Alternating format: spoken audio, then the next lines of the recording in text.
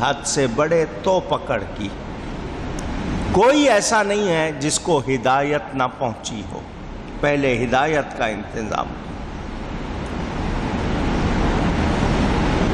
ان بستیوں کی بنیادیں تھیں، محل بنے ہوئے تھے شاندار، گچ کیے ہوئے، چھتیں گر پڑی،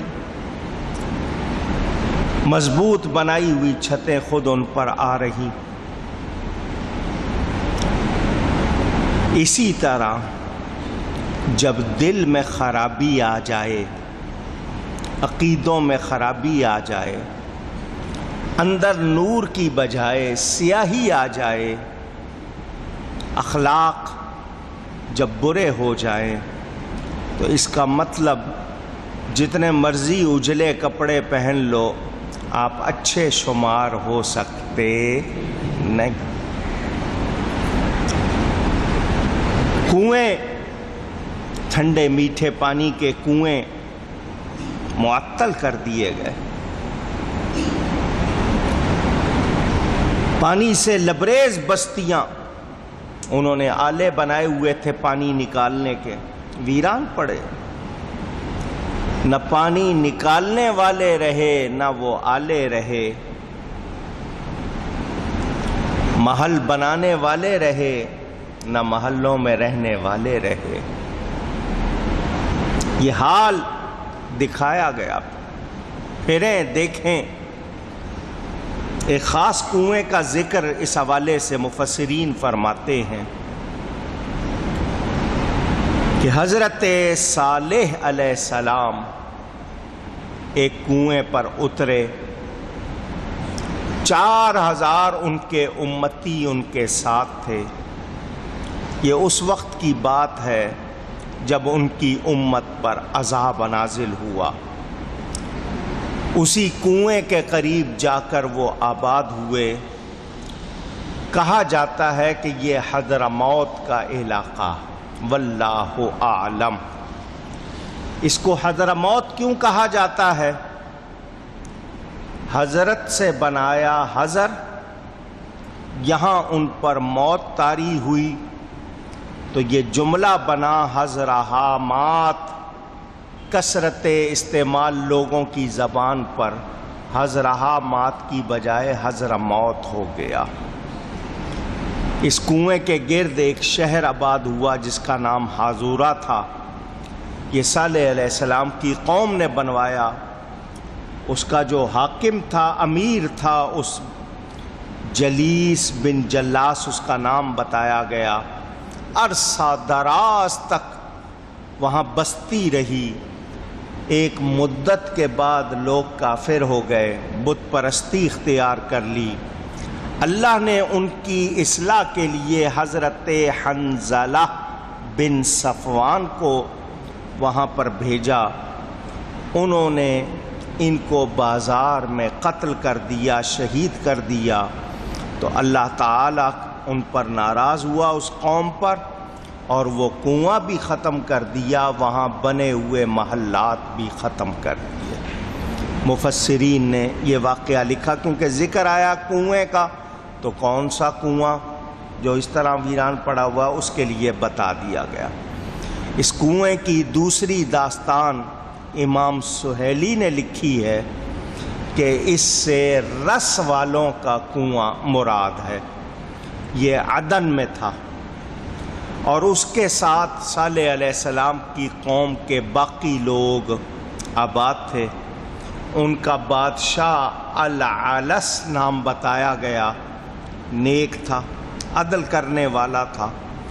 کنویں کے ارد گرد جتنی آبادی تھی وہ اس کنویں سے سیراب ہوتی تھی۔ جانور، بھیڑ، بکریاں، اونٹ، گائے وغیرہ سب اسی کنویں کا پانی پیتے تھے۔ مختلف نالیاں بنا لی گئی تھیں جن میں یہ پانی چلتا تھا۔ پانی نکالنے کے لیے بہت سے نوکر اور ملازم تھے جو باقاعدہ وہاں مقرر تھے اس کام کے لیے۔ اس پانی کو پہلے سنگ مرمر کے ایک بڑے حوض میں جمع کیا جاتا، پھر اس سے چھوٹے چھوٹے حوض بنائے جاتے، انسانوں کے لیے علیحدہ، جانوروں کے لیے علیحدہ، جو وحشی جانور ہیں ان کے لیے الگ بنائے جاتے تھے۔ اس کنویں کے کاروبار میں وہ لوگ بڑے منہمک جن کو مقرر کیا گیا تھا، کہیں اور سے پانی نہیں ملتا تھا اس کنویں کے سوا۔ ہر قبیلے کی باری مقرر تھی تاکہ ان کے اندر کو جھگڑا نہ ہو۔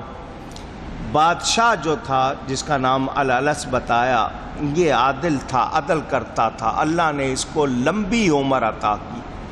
آخر اس کی موت آ گئی، موت کا وقت آ گیا، وہ مر گیا۔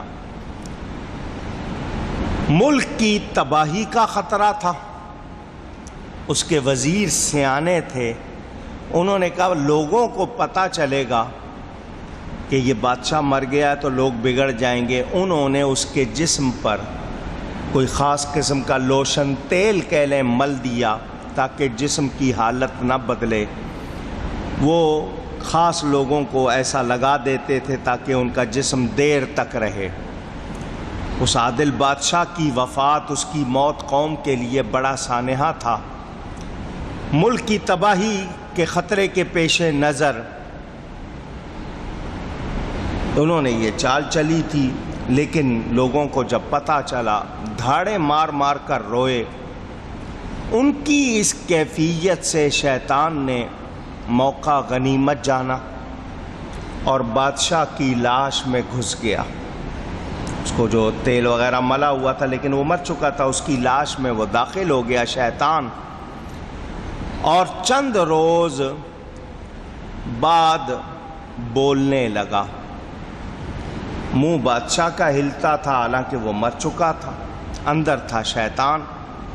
آواز آئی، اے میری رعایا، میں مرا نہیں ہوں، چند روز کے لیے تم سے جدا ہو گیا ہوں تاکہ میں یہ معلوم کروں تم میرے بعد کیا کرتے ہو۔ رعایا نے جب ایک مدت ان کو پتہ چلا، اتنے عرصہ ہو گیا، 1.5 2 مہینے 3 مہینے ہو گئے مرے ہوئے، اس کو اچانک بولا ہے یہ، بڑے خوش ہوئے۔ شیطان نے پھر نیا پینترا بدلا اور بادشاہ کے جو خاص لوگ تھے ان سے کہا میرے اور رعایا کے درمیان پردہ لٹکا دو، جس کو مجھ سے بات کرنی ہو پردے کے پیچھے آ کے بات کرے، مجھے وہ دیکھے گا نہیں لیکن مجھ سے بات کر لے گا، کیونکہ جسم میں اگر ذرا سا بھی فرق آیا، خرابی آئی تو لوگ مردہ تصور کر کے کلام سے شک میں پڑ جائیں گے۔ اس نے اس لاش کے ساتھ شیطان نے ایک بت کھڑا کر دیا اور کہا کہ اب وہ نہ کھائے گا، نہ پیے گا، نہ برے گا، بلکہ وہی تمہارا معبود ہے، کرتا یہ سارے کام خود رہا۔ رعایا بادشاہ کی آواز سنتی تھی، ان کو شکل تو نظر نہیں آتی تھی۔ ان آخری جملوں کی تصدیق کی بہت سے لوگوں نے، لیکن جو ایمان والے تھے انہوں نے انکار کر دیا۔ یہاں جتنی بات آپ نے سن لی ہے، میں ذرا آپ کو تھوڑا سا جگانا چاہتا ہوں۔ کبھی کبھی غیر یقینی باتوں پر دھیان چلا جاتا ہے، آپ شک میں پڑ جاتے ہیں، یہ کیسے ہو گیا؟ ارے میں نے خود دیکھا ایسا ہوا، اور پھر اس کی ہر بات کو قبول کرنے لگ جاتے ہیں۔ کچھ لوگوں کے ساتھ ایسا ہوتا ہے۔ یہاں آپ کے ایمان کا امتحان ہوتا ہے۔ جو چیز شریعت و سنت کے خلاف ہو، کیا اس کو سوچنا چاہیے؟ آواز نہیں آئی؟ نہیں۔ جب تک صرف آواز آ رہی تھی، سیدھی بات تھی کہ جی میں مرا نہیں ہوں، تم لوگوں کو دیکھنا چاہتا تھا، لوگوں نے اس بات پر شک نہیں کیا۔ اب جب یہ کہہ رہا ہے کہ نہ کھائے گا نہ پیے گا، اسی کی عبادت کرنی ہے اور اشارہ بت کی طرف تھا، تو کیا گنجائش تھی کہ اس کو مان لیا جاتا؟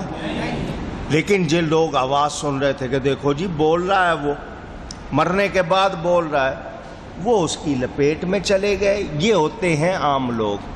اب خاص لوگ کیا ہوتے ہیں؟ جو سمجھدار ہوں، جن کی ایمانی حالت اچھی ہو، وہ رک جاتے ہیں۔ ایسے میں ہمیشہ گروپ بن جاتے ہیں، گروہ، ٹکڑے، ٹولیاں، پھر ان میں آپس میں شروع ہو جاتی ہے۔ تو انسان وہی کان والا، وہی آنکھ والا، وہی سمجھدار کہلائے گا، دل والا کہلائے گا، جو حق کو قبول کرے۔ اگر حق نہیں ہے تو اس کو قبول۔ مولانا روم رحمۃ اللہ علیہ مثنوی میں سمجھاتے ہیں، میں نے آپ کو رمضان میں درس تراویح میں یہ بات سنائی ہوئی ہے، اگر یاد ہوگی تو ذہنوں میں تازہ کر لیں۔ ایک شکاری تھا، شکار کے لیے بیٹھا، دیر تک بیٹھا، کچھ ہاتھ نہیں آیا، آخر میں مشکل سے ایک چھوٹی سی چڑیا، بہت چھوٹی سی چڑیا پکڑ میں آ گئی۔ اس نے کہا اور کچھ نہیں ملا، یہی ملا، چلو اسی کو ذبح کروں، بھونوں اور کھاؤں، حالانکہ وہ ایک لقمہ بھی نہیں۔ اس چڑیا نے اس کو کہا مجھ کو ذبح نہ کر، میں تجھ کو 3 باتیں ایسی بتاؤں گی جو بڑے کام کی ہیں، تو سنے گا، یاد رکھے گا۔ کام کی باتیں، بہت پرانی کہاوت، لاکھ روپے کی بات، آپ نے سنی ہوگی یہ کہاوت۔ یہ لاکھ روپے کی بات کیسے کہ کسی نے لاکھ روپیہ دے کر وہ بات سنی تھی، اس لیے اس بات کا نام لاکھ روپے۔ آج کل تو مفت سننے کو مل جاتی ہے، ٹائم نہیں ہے سننے کا۔ کبھی کبھی لوگ سیانے سناتے تھے، پہلے قیمت لیتے تھے تاکہ اس کو اس بات کی قدر ہو۔ مفت آتا ہے تو پرواہ نہیں ہے، سن رہے۔ تو اس چڑیا نے کہا میں تجھے بڑی کام کی باتیں بتاؤں گی۔ اچھا، اس نے کہا میرا پہلا کام یہ ہوگا کہ پہلی بات اس وقت کروں گی جب میں تیرے ہاتھ سے نکل کر ہاتھ کی پشت پر بیٹھوں گی، آزاد ہو جائے گی نا، وہاں بیٹھوں گی۔ دوسری، میں درخت کی ٹہنی پر جب بیٹھوں گی تب بتاؤں گی۔ تیسری، جب دیوار پر بیٹھوں گی تب بتاؤں گی۔ پہلی بات، گزری ہوئی بات کا غم نہیں کرنا۔ جو بات گزر جائے اس کا موقع ہاتھ سے نکل گیا، اسی کو روتے رہو گے یا جو وقت ہاتھ میں ہے اس کو کام میں لاؤ گے؟ ارے یار بڑا اچھا موقع تھا، میں اتنے کما لیتا، میں یہ کر لیتا، کیا بتاؤں، بس اسی کا ذکر کرتے رہیں گے۔ ارے جو وقت ہاتھ میں ہے اس کو کیوں ضائع کر رہا ہے؟ تو جو بات گزر گئی جیسی بھی ہے اس کا غم نہ۔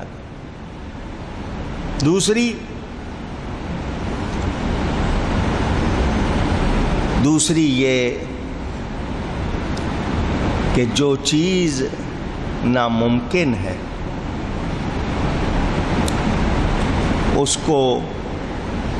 اس کا افسوس نہیں کرنا، اس کو یاد نہیں کرنا، اس کو ماننا نہیں ہے، کیونکہ وہ ہو نہیں سکتی، لہذا اس کو کبھی بھی دل سے ماننا۔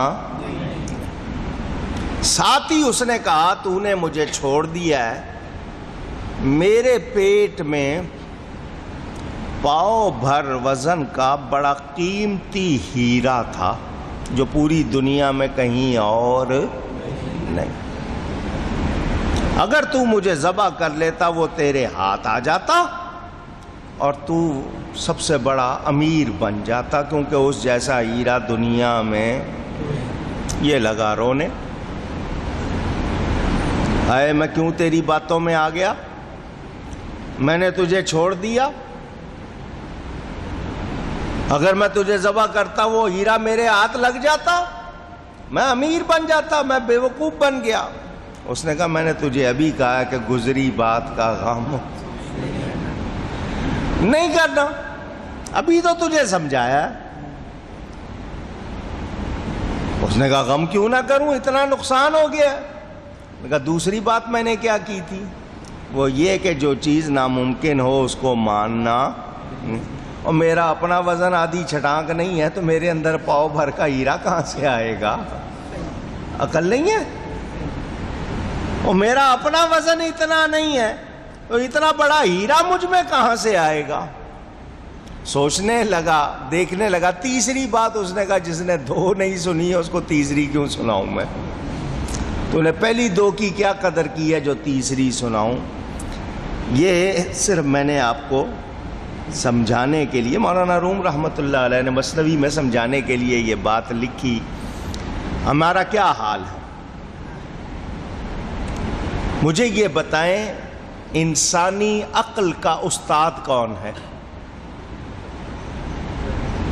پوچھ رہا ہوں، انسانی عقل کا استاد کون ہے؟ چلیں میں آپ کی بات نہیں کرتا، اپنی بات کر لیتا ہوں۔ میں نے پڑھا جس سے وہ میرے استاد، انہوں نے جس سے پڑھا وہ ان کے، دونوں انسان ہیں یا نہیں؟ خالی از خطا ہے؟ خطا سے خالی ہیں؟ نہیں۔ انہوں نے جس سے پڑھا وہ بھی انسان، وہ خالی از خطا ہے؟ نہیں۔ جس عقل پر بڑا ناز ہے، جانتے نہیں ہو مجھے، عقل والا ہوں، استادوں سے پڑھا ہوا ہوں، قابل انسان ہے، خالی از خطا نہیں۔ مگر اس کے باوجود ہم کتنے القاب لگاتے ہیں، کتنے آداب لگاتے ہیں، کتنی عزت کرتے ہیں، حالانکہ خطا کا وہاں ذکر موجود ہے۔ ہو نہ ہو اللہ حفاظت فرمائے، اللہ والوں کی حفاظت ہوتی ہے، لیکن خطا کا عنصر موجود ہے۔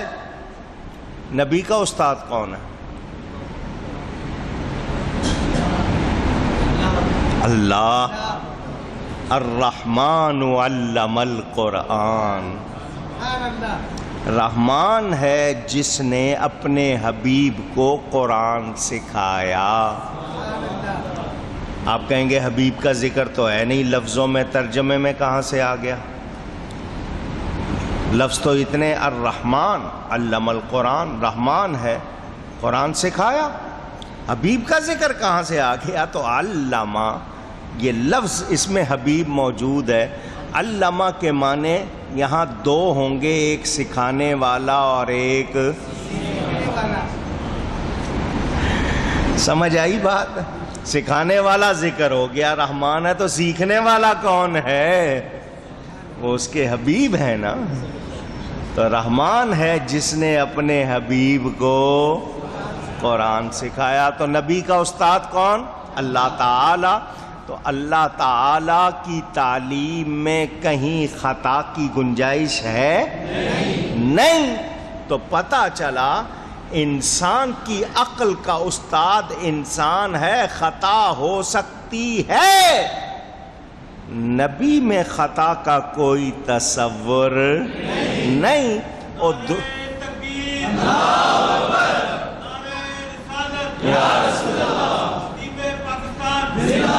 دنیا بھر کے بڑے بڑے عقل مندوں کی بات کرتے ہو جی، فلانے فلاسفر نے کہا، اس نے کہا، اقوال زرعی بنا بنا کے سناتے ہو، آگے انگریزوں کے کس کس کے نام لکھ دیتے ہو، وہ امریکن تھا، وہ جرمن تھا، وہ فرینچ تھا، بڑا قابل تھا۔ ارے ہر ایک میں خطا ہے، نبی کی بات میں خطا نہیں ہے۔ تو ہم خطا والوں کے پیچھے تو بہت جلدی دوڑتے ہیں، اور جہاں خطا نہیں ہے ان کا دامن کیوں نہیں تھامتے؟ تو عقل والے ہیں ہم کیا؟ آنکھ والے ہیں، کان والے ہیں؟ دامن تو نبی کا تھامنا چاہیے کہ وہاں خطا نہیں ہے، اور دامن تھاما ہوا ابلیس کا۔ یہ سارے ابلیسی ٹولہ ہی ہے نا جتنا غیر مسلم ہے۔ نہیں جی، یہ برطانیہ کی پالیسی ہے، یہ چائنا کی پالیسی ہے، یہ جرمن پالیسی ہے، وہ سب میں خطا ہے۔ نہیں ہے، اگر خطا تو مصطفیٰ کی تعلیم میں خطا نہیں ہے۔ سمجھ آ رہی ہے بات؟ اس کو اپناؤ۔ یقین کیسا ہونا چاہیے؟ جو نبی نے کہہ دیا بالکل صحیح ہے، خرابی تمہارے اندر ہو سکتی ہے۔ حضور صلی اللہ علیہ وسلم کیسے تعلیم دیتے ہیں؟ اب قرآن میں ذکر ہے اللہ نے شہد میں شفا رکھی ہے، شہد میں ہنی، عسل، شہد، ماکھی، مختلف نام ہے آپ کے زبانوں میں، اردو والے شہد کہتے ہیں۔ ایک شخص آیا حضور صلی اللہ علیہ وسلم کی بارگاہ میں، میرے بھائی کے پیٹ میں تکلیف ہے، فرمایا اسے شہد کھلاؤ۔ وہ گیا، اس نے شہد کھلایا، پھر آیا تکلیف زیادہ ہو گئی، فرمایا شہد کھلاؤ۔ وہ پھر گیا، شہد کھلایا، پھر آیا تکلیف زیادہ ہو گئی ہے، فرمایا شہد کھلاؤ۔ تیسری بار کیا فرمایا؟ اونچی، اور شہد کا لفظ میٹھا ہے تو تھوڑا سا منہ میں مٹھاس ہی لے آؤ، شہد کھلاؤ۔ اس نے پھر کھلایا، شکایت کی، فرمایا تیرے بھائی کا پیٹ جھوٹا ہے، اللہ کا فرمان سچا ہے۔ تیرے بھائی کا پیٹ جھوٹا ہے، اللہ کا فرمان سچا۔ جب اللہ فرما رہا اس میں شفا ہے تو اس میں شفا، اس نے جا کر پھر کھلایا، شفا ہو گئی۔ وہ فرق ہمارے یقین میں ہوتا ہے، ہمارے عمل میں ہوتا ہے، ہماری اپنے کسب میں ہوتا ہے، اللہ اور اس کے نبی کے فرمان میں نہیں۔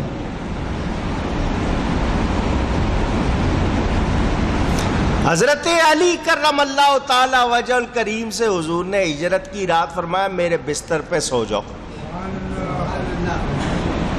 میرے بستر پر سو جاؤ۔ یہ امانتیں ہیں مکے والوں کی، صبح لوٹا کر میرے پیچھے آ جانا۔ صبح آواز آئے، لوگوں کو جن کی ہیں ان کو لوٹا کر میرے پیچھے آ جانا۔ حضرت علی فرماتے ہیں اس رات جیسی نیند کبھی نہیں آئی، اس رات جیسی